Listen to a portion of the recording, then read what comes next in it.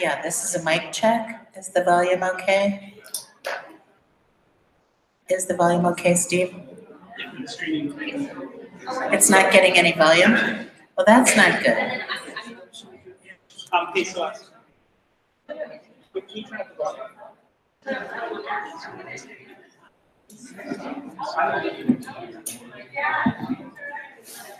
not getting any volume. Oh, no, it's okay. No, sorry, it's good. Is it okay? Okay, great.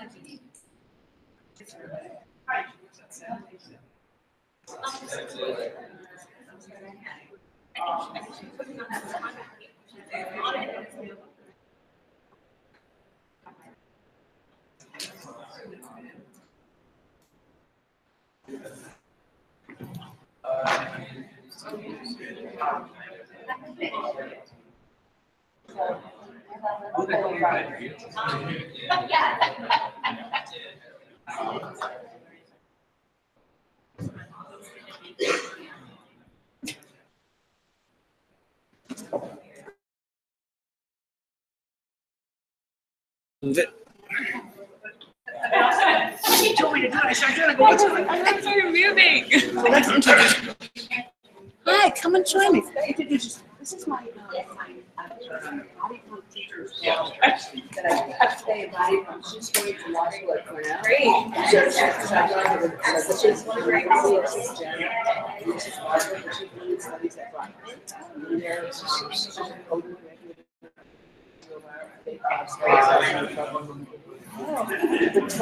Yeah, we they're all on this.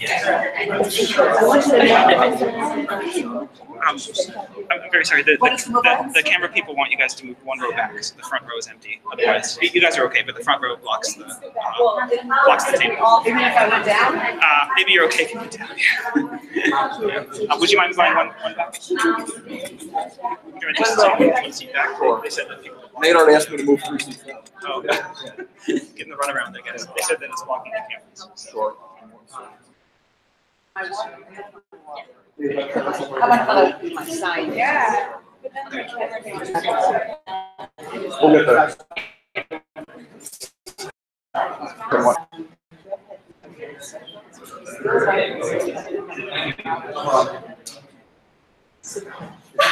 Yeah.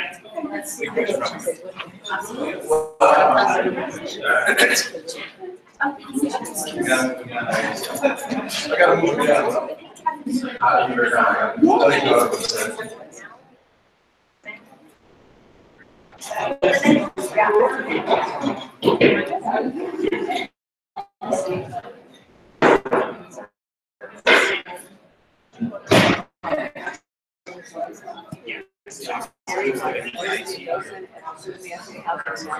Teacher from Greece teaching German.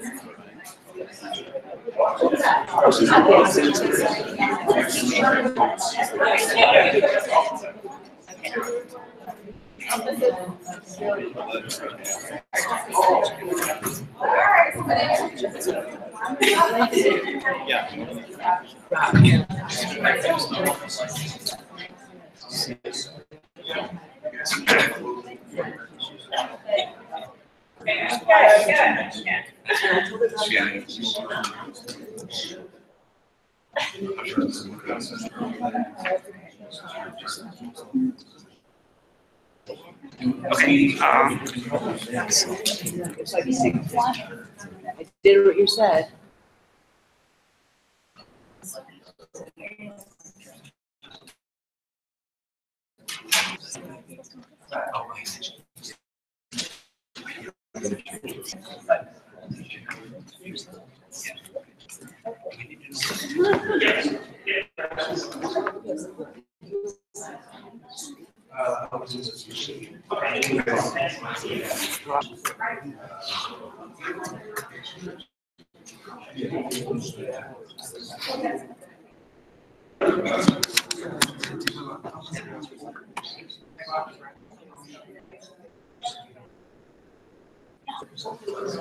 Am I?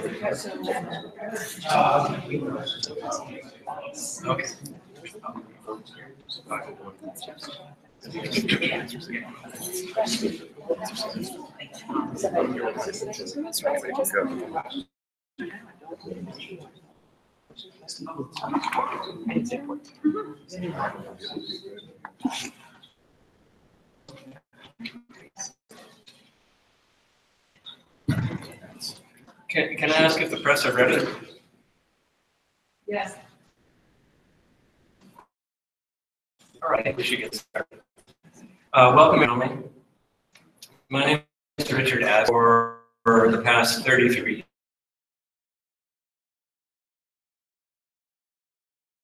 years, department chair and vice.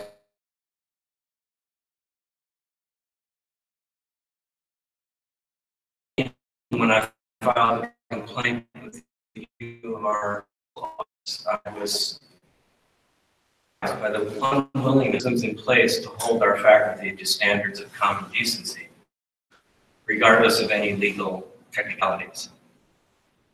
The Debevoise-Plimpton report criticizes us, and me in particular, for taking matters into our own hands. Yet the report admits that the OR investigation was incomplete. Hidden one interrelationship that involved Florian Jaeger from their initial report. And just today, we learned that there was yet another sexual relationship with an undergraduate that we did not know about, in addition to Jaeger's admitted sexual relationships with 2 graduate students. Many other inappropriate behaviors that contribute to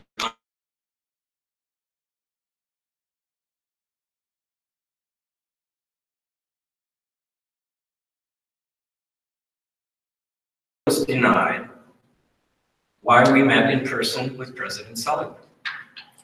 He promised that he would evaluate the entire matter, including our concern about the structure of the university's legal office. In fact, we went back and looked at how many times we tried to get the university to do the right thing, right, and the count was 29 times. The report also benchmarked current view of our policies and procedures, noting that they are in need of some serious revisions. We could not agree more. And in fact, in November of 2000,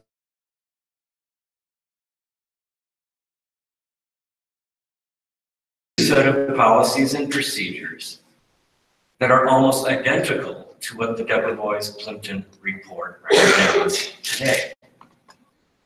And it take a public disclosure to motivate the university to take any action. And why is that action still a promissory note with changes not yet enacted? Despite the conclusion of the Debevoise-Plimpton report that the university followed its guidelines and violated no laws, we could not disagree more. The announcement just an hour ago that President Seligman has resigned, effective next month, is a confirmation that our actions were justified. We take no satisfaction in the disruption that this case has triggered, but that disruption was the result not just of one faculty member's behavior,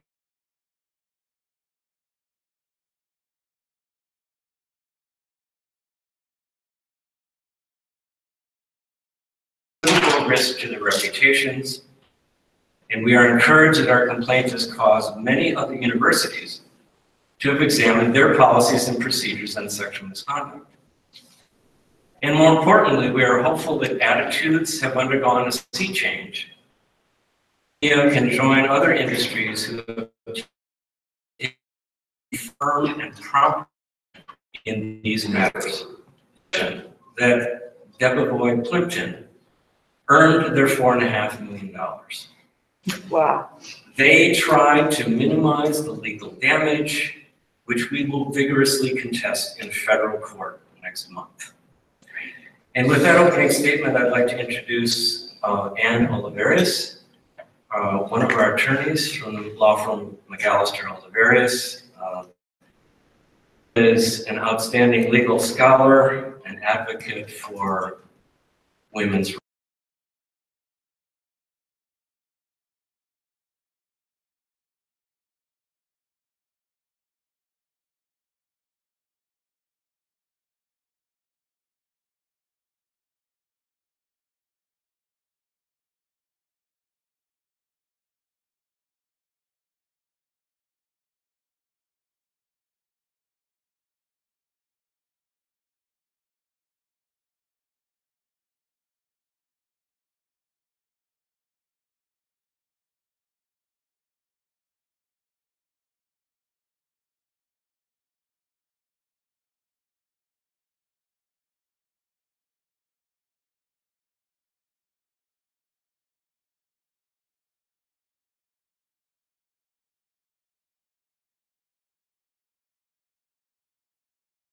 One of the most striking is that it essentially confirms the importance of the work these claimants have done to improve the University of Rochester. As the report says, and I quote, "The concerns brought forward by the complainants are serious ones, going to the heart of the protection of students and the integrity and fairness of the academic environment." It agrees that, and I quote, "avoiding Jaeger in an academic context caused some female students to miss out on certain educational opportunities." It says that some former female graduate students in BCS had to endure behaviors and inappropriate remarks that they should never have had to at UR or at any educational institution. It accepts that Jaeger acted repeatedly in a way that made women students feel uncomfortable and threatened. That had Jaeger acted the way he did in New York City rather than in Rochester, it would have likely been unlawful. It agrees that senior university administrators made repeated mistakes in the way they handled Jaeger and the complaints raised against him. Quote, "in a situation that potentially involves sexual harassment or a hostile work environment directed at women." It makes recommendations for new policies on sexual harassment that mirror exactly those recommended for many months by our plaintiffs. It agrees that the university needs more training on sexual harassment and a fundamentally different approach to handling complaints of sexual harassment and hostile work environment and educational environment, just as these good people have been saying. None of this would have happened except for the persistence and courage of the people around me today. If they had not filed their EEOC complaint and the federal complaint now pending in court, nothing at all would have changed at the University of Rochester. The university hired Debevoise Plimpton to solve the serious problem created when the EEOC complaint produced widespread condemnation. It is one of the most expensive firms on Wall Street. It is the kind of legal shop a company board calls when it has a crisis it needs cover to solve. But sexual harassment is not Debevoise's bailiwick. The thrust of their report is to admit that many bad things happened at UR, but miraculously, Debevoise finds that no legal liability attaches to the university. I know as a lawyer, well practiced in this area, that this is simply wrong as a matter of law. Not an expert in this area or an impartial independent investigator. Value the university has received from having paid $4.5 million, as they revealed in their report, to produce this report.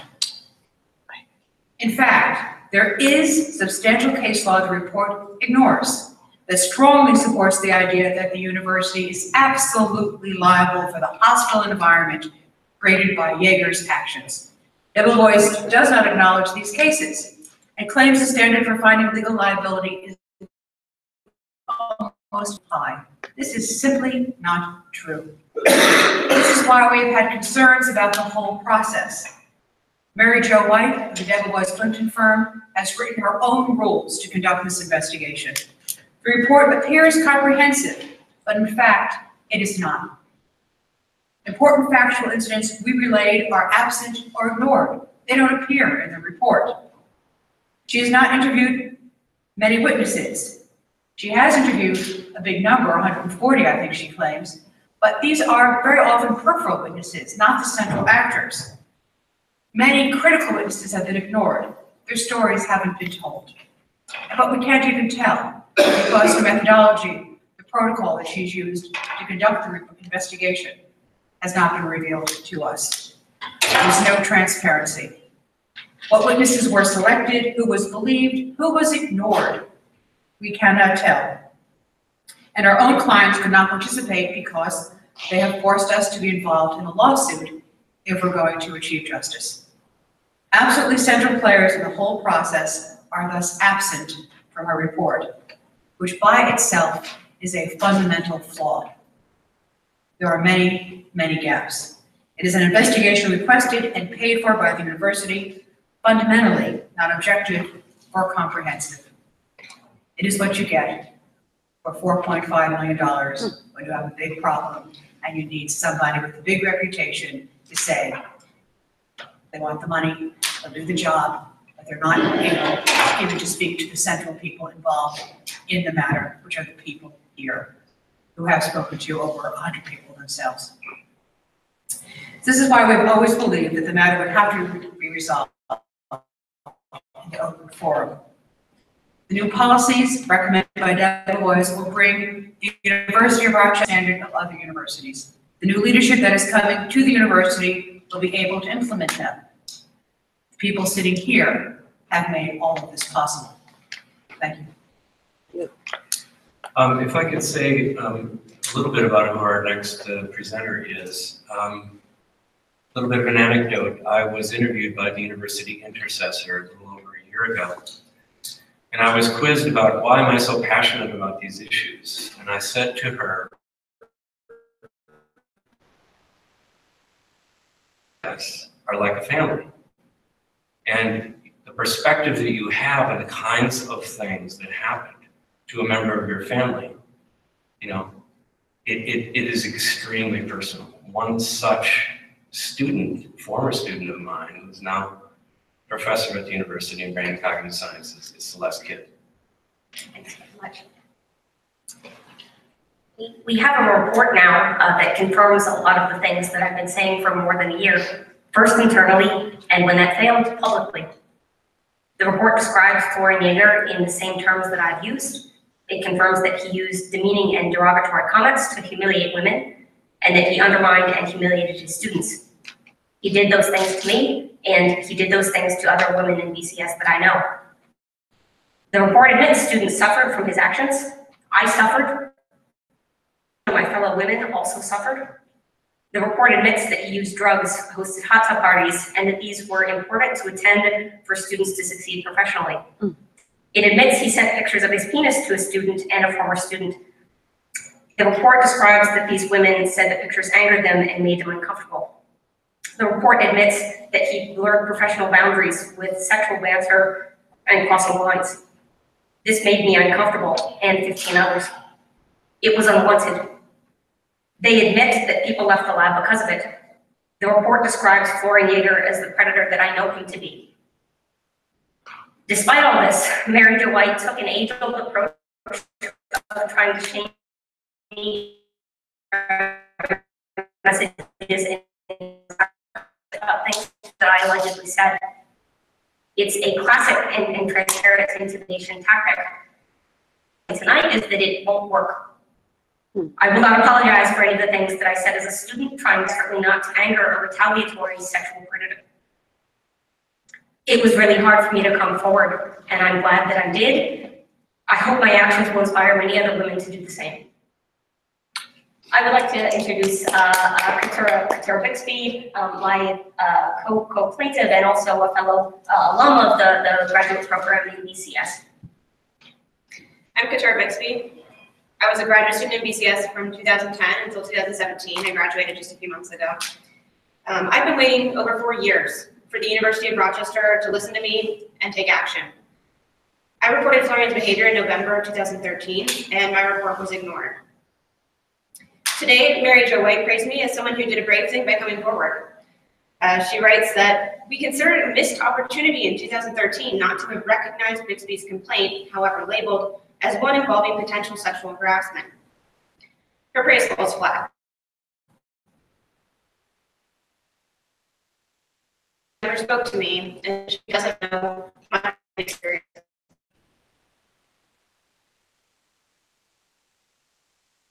Mary says, I spoke to Dick Aslan about my discomfort with Florian's behavior in spring of 2013. I did not. This and many other respects. Who I told what when is not the only thing Mary Jo White got wrong. From what I've read of the report, she repeatedly gets my experiences wrong because she never talked to me to find out what I went through. Her report ignores my complaints about the unequal environment, instead focusing on parsing the words I used about exactly how sexual Florian's behavior was to me. That is not acceptable to do to a student who makes a report of harassment. I feel like I was required to be an expert on sexual harassment before my complaint would be heard. Once again, despite a nearly $5 million investigation, my complaint remains unaddressed.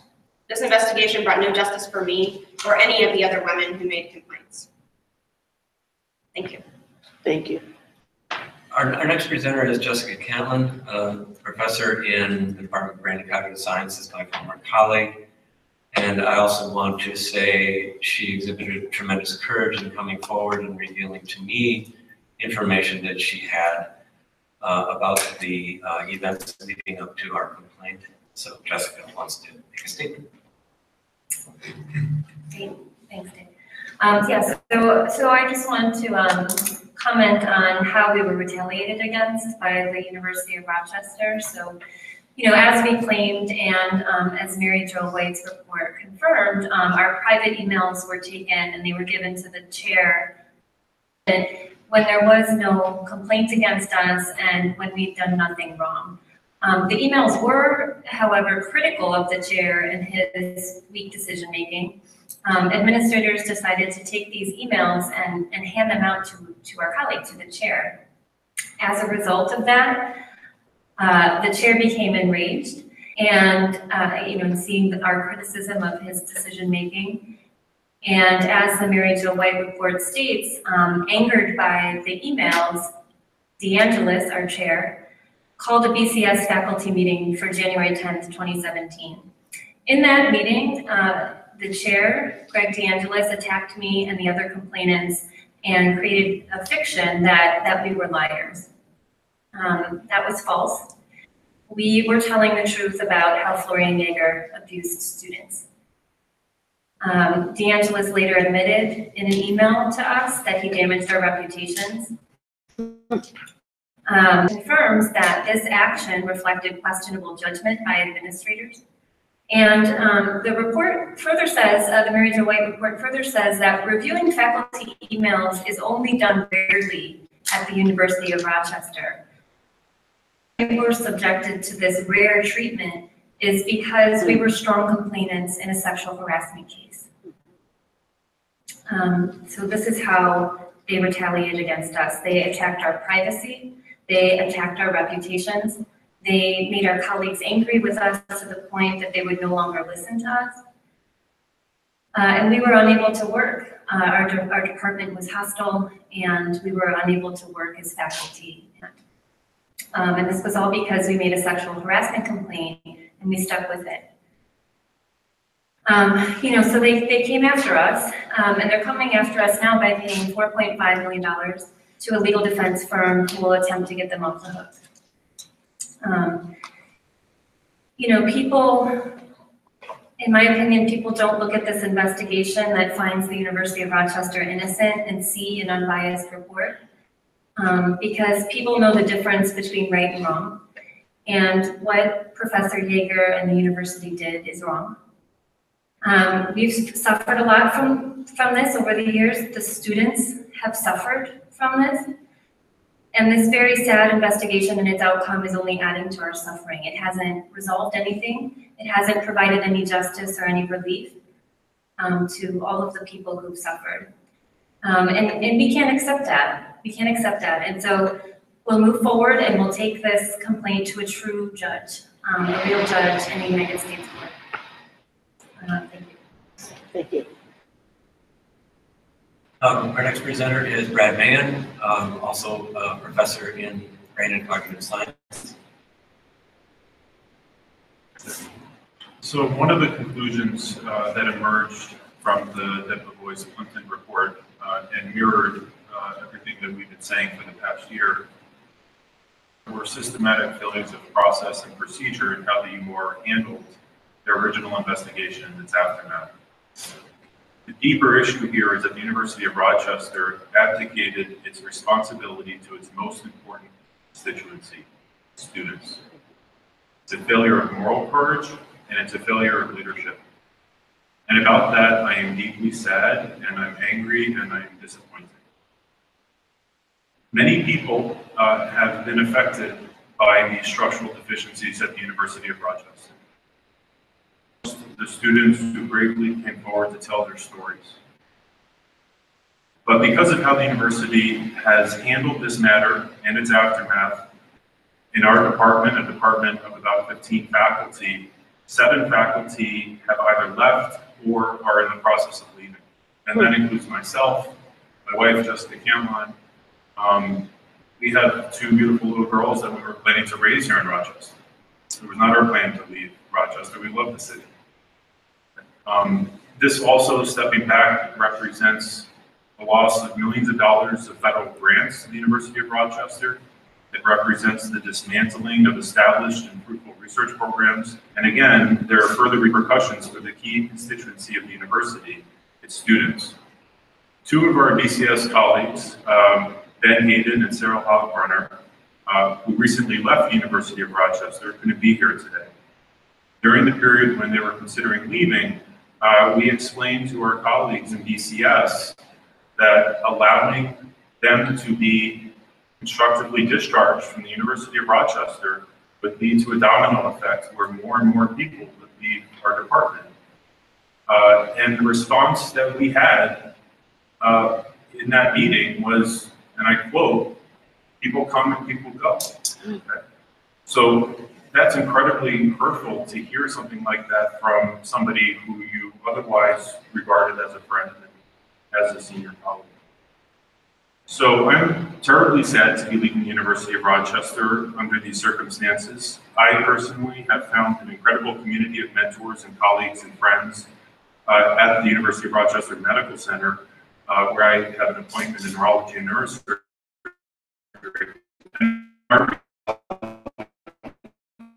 Touched the lives of hundreds of patients over the past years. Academic work that you pour your heart into mentoring your students and building your lab and building collaborations. And so to leave, and to come to the decision that you have to leave, is for us an incredibly painful decision that we had to come to. Thank you. Our next presenter is Steve Antidosi, also professor in BCS. This incident was a tragedy for our careers and for the field. BCS was one of the leading departments in the world, and we had the opportunity to work collaboratively on exciting scientific and educational projects to move the field forward in big ways. Our department was an international leader. The administration, the chair, and the retaliation we have experienced, we've been forced to leave. This department is not going to be the same it was. It's not going to be the major player that it was, at least not in my lifetime. It's a fiction that the actions by us, people who were supporting the students who came to us, was what caused a rift in the department. The actions by the administration and Florian are what ripped the department and our community apart. In particular, what caused the rift was the rapid defense of Florian's indefensible behavior. The backing of this allegedly independent investigation is fundamentally incoherent, if not fraudulent. Any researcher who tries to write a definitive paper without consulting the primary sources would be laughed out of the academy. In our case, we even have audio recordings which support critical pieces of our story to which Mrs. White had no access. These recordings have yet to be released and will become part of the court record. There's indeed much that will be heard in court that Mrs. White's report doesn't even touch on. That is the tragedy of someone who claims to be able to write a definitive report, an independent report, but who is structurally unable to do so. Knowing that you don't have access to the required primary evidence and still claiming to be the definitive expert while charging top dollar is fundamentally corrupt. Thank you, Steve. Our next presenter is the former chair of BCS, Alyssa McAllister, who is now at Georgetown University. I spent 24 years at the University of Rochester. I was chair of BCS for 12 years, beginning in its second year after it was formed until 2010 when I stepped down.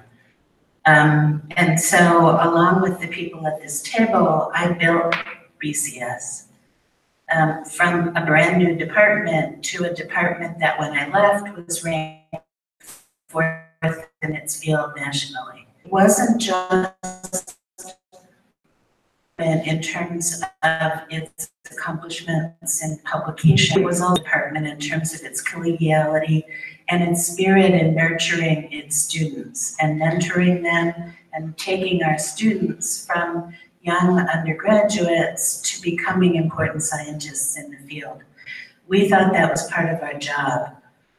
Florian Jaeger exploited that environment and figured out how to students who interacted in the environment that we created. And now I'm sorry to say, I think the department is dead. Half the faculty are leaving. It will not be possible to rebuild the department that we built, except to start over and make it something different. So I'm very sad to lose what I think of as one of our accomplishments, one of our joint accomplishments that we do together. I think there are a couple of other things I'd like to say, Nick. One is that Debevoise and Plimpton are themselves not academics. They don't come from the academic world.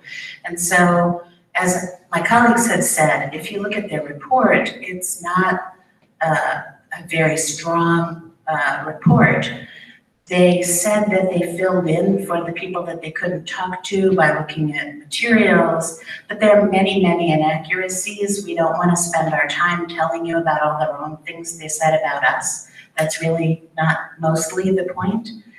Their benchmarking is thin, but you can't read Nearpass's reports and notes, which were highly flawed, as she admitted, and stealing our emails and figure that that makes up for talking to us. As my colleagues said, we're not able to talk because we're against saying that this is a complete and independent and thorough investigation is just wrong. And she knows that well. Also, along the way, if you look at the written report, you'll see that she took the occasion to trash two of the victims, to say things about them that were not true, to take advantage of their vulnerability at the time that they were victimized by. And so no wonder victims don't come forward. She did no service to the victims that have suffered in this experience. So that's one point that I want to make about the character of the report. But the other things I want to say are focused on what was the message that was conveyed by the oral report today. I think she made two main points. One is to distinguish sharply between current and past behavior. The past ended in 2014, and miraculously, nothing's happened since then.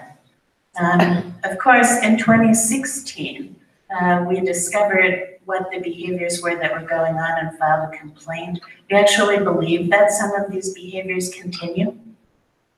But I think distinguishing between horrifying behaviors that seem to have taken place continuously until 2014, and then a period of wonderful behavior on the part of Dr. Yeager from 2014 till the present seems suspicious to me. The other thing that I should add, in 2010, I helped University Council to draft new and stronger rules about sexual harassment and faculty-student relations. Unfortunately, I left the university in 2010, and none of them were carried forward until 2014. So many of us have done our best to make things stronger, even until the present.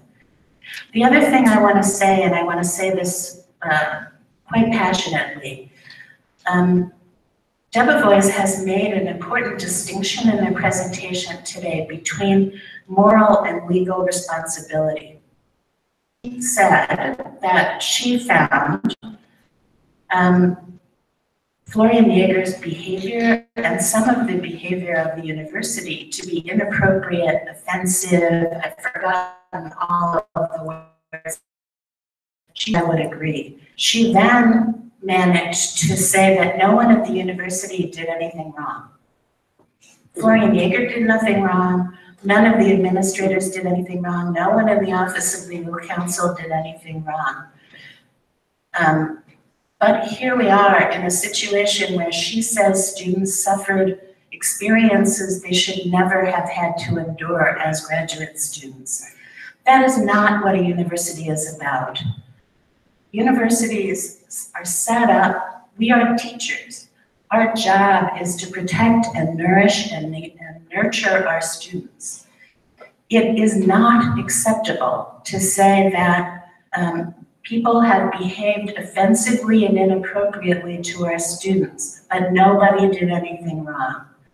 That is not acceptable. It is not an acceptable conclusion to arrive at.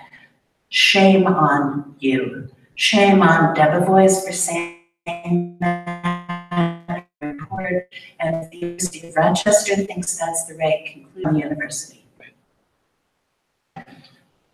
We are now open for at least a brief period of time for Q&A, and I'll moderate, so if you want to raise your hand, and I think we probably need a microphone to pick up on the questioning, or I'll repeat the question. I'll say something. So what can we do? Oh, I think I'm loud enough. Okay.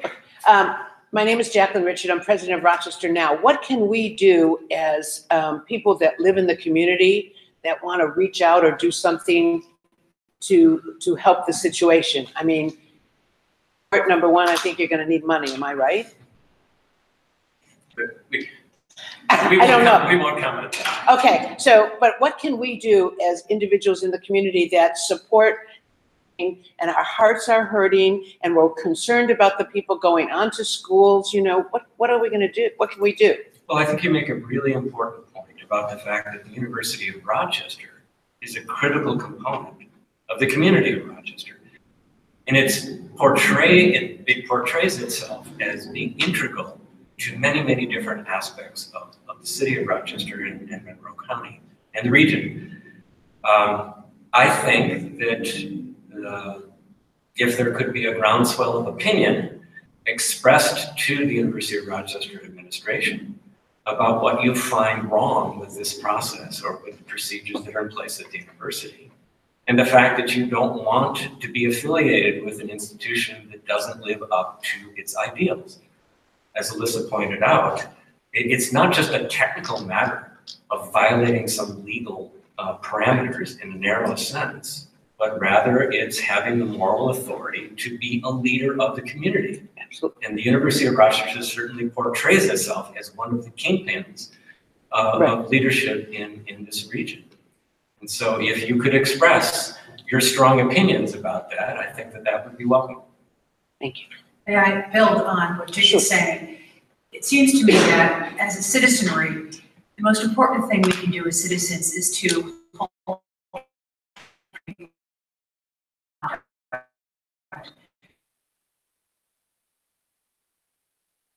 We need to keep our voices heard. This is a rampant problem. Flurry Nader is not the only case at the University of Rochester. As we've heard, there are a lot of other sexual harassment, sexual assault cases and issues going on right now in the university. We need to make them transparent. We need to make sure that students and people, men and women who have been abused, who have been discriminated against, have a voice and feel that it is perfectly all right, that it's the right course actually to stand up. They need to be supported and know that that's a good thing. And that's what's been missing, I think, so much in the Me Too discussions. Right. It's very hard for women to feel they can step forward. Our group of people today heard from Deborah Boyce Plimpton that they haven't been retaliated against. I can tell you, if you're sitting on this side of the table, if this is not retaliation, what they've gone through, then that term doesn't exist in law.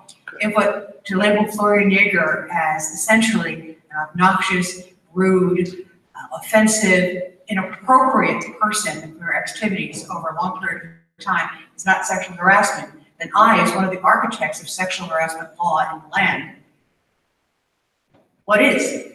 Then it doesn't exist. It's beyond credibility. We need to call them to task. We need to have sessions so people understand what does sexual harassment look like, what is it, why is it so bad, and why is it so hard to identify sometimes, because we have a culture where particularly women are taught to be gracious, not to be confrontational with men, to always give the benefit of the doubt. And University of Rochester is an educational institution, so they should be doing in part their job. Absolutely. So hold them to task to require those things. Yeah, thank you. I also have a question about what's next. We kind of brushed over a little bit about taking this to a real judge, the U.S. court. Kind of talk about what's next for this on your side of things. What can we expect from the public as a public figure, and the public in general? What can people expect?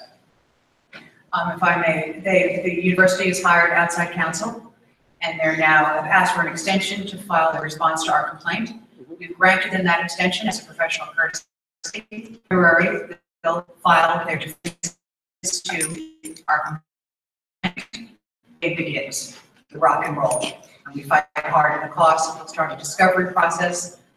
Information will be requested. We'll have to be turned over, and probably a lot more truth will be revealed as that process is undertaken.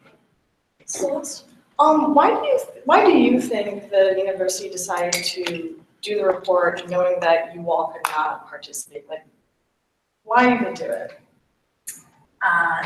That is an excellent question, and I couldn't speak to their motives. What I will say is, we've expressed our skepticism of how independent it can be, on how thorough of an investigation it can be, given that the key players can't speak and can't provide their evidence. It seems problematic. It seems like there is an inherent conflict in the setup. Trust it to be neutral, as I do trust a court to be neutral. Another point, I think it's pretty clear that once the EEOC complaint was in the public domain in September, that the university was desperately trying to stop bleeding. And so by setting up this so-called independent commission, that was their attempt to the exposure that they were getting in the media.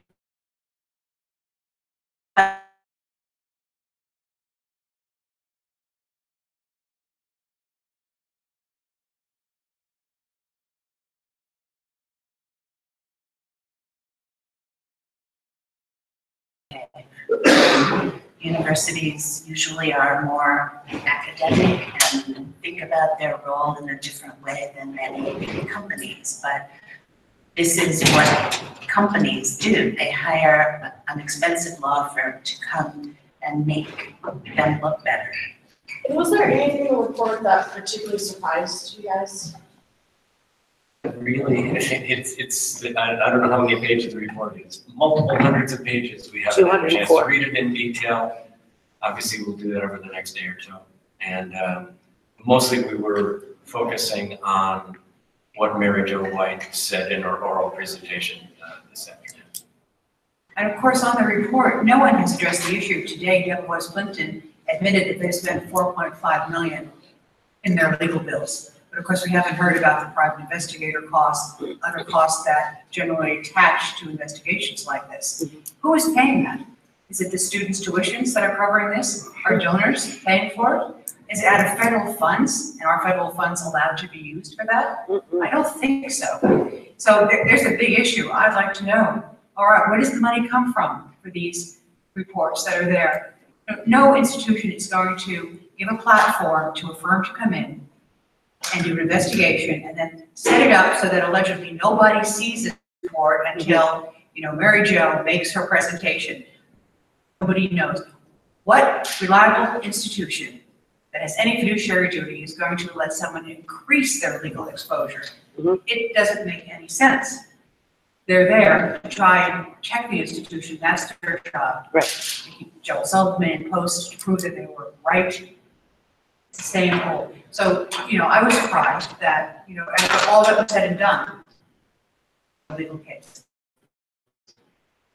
And ultimately, that falls on students who go to the University of Rochester to study. What is the mood like? Are any of you still working in the department? And if so, what's the mood like? And I've been hearing that there's been a mass exodus. Can I talk about the mood and what it's like now?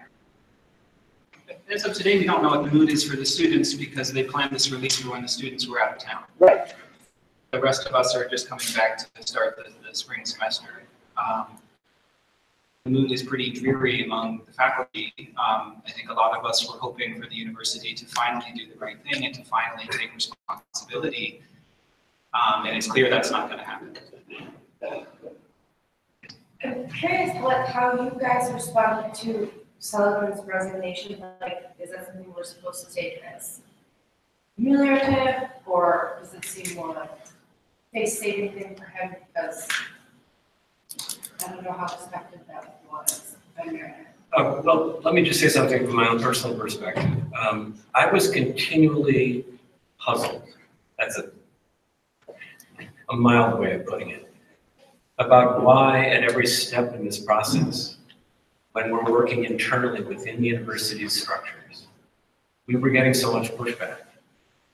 And it never dawned on me, honestly, that it was at the highest level of the administration.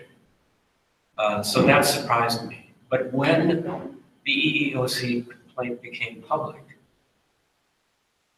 President Seligman's performance at the town hall was a rather crystal clear illustration, was, at least in part, going to the highest level of the institution.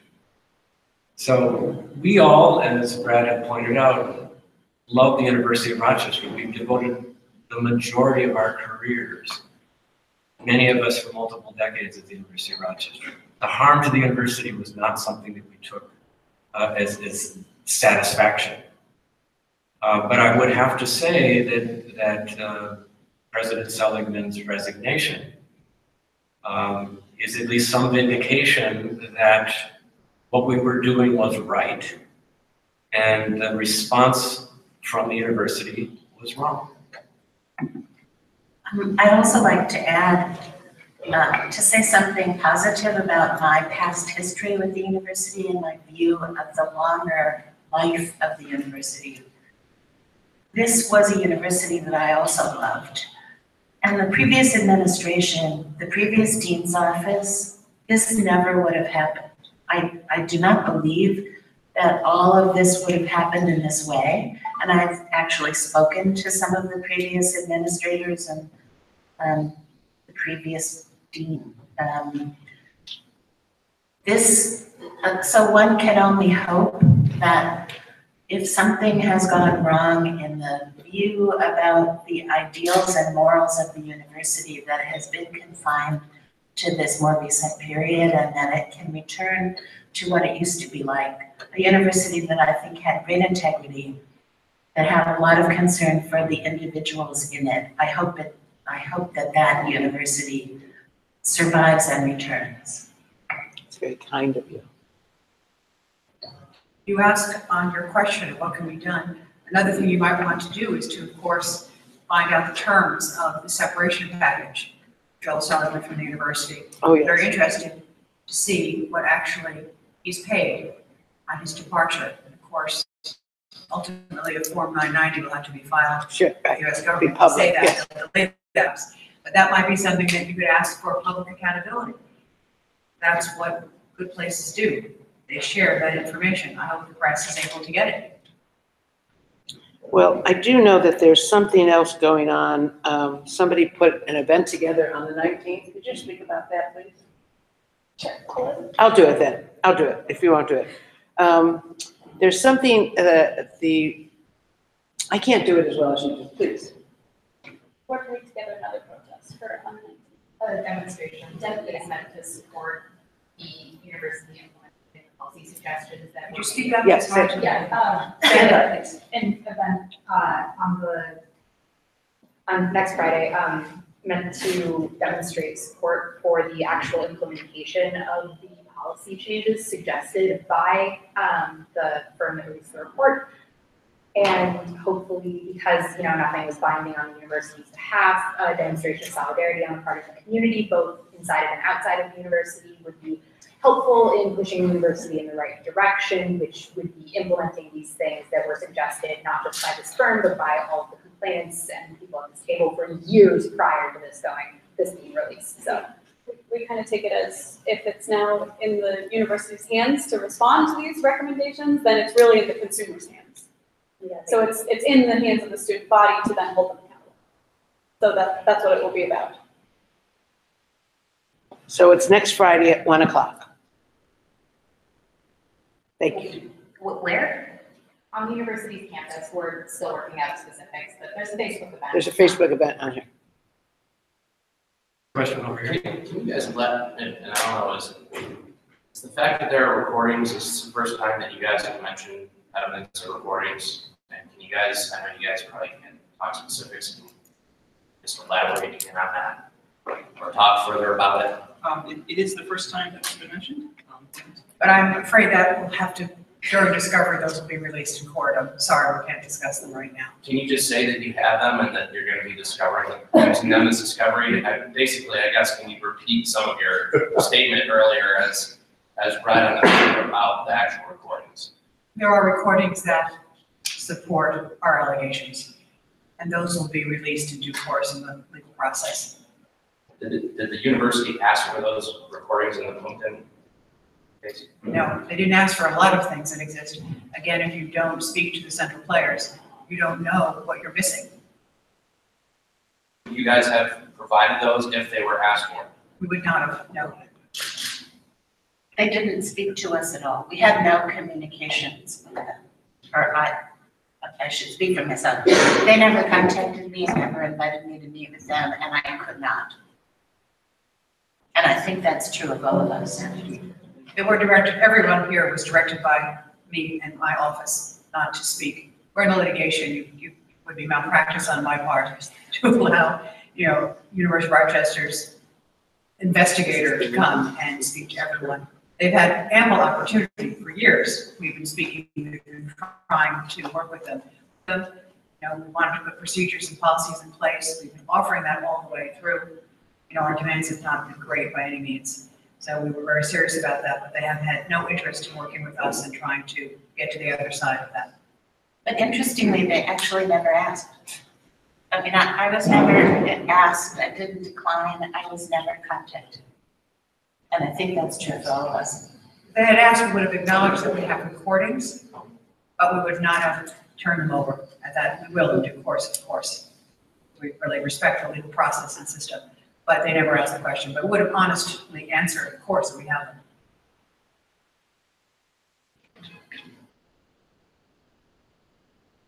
Questions? Thank you all for coming. Thank you.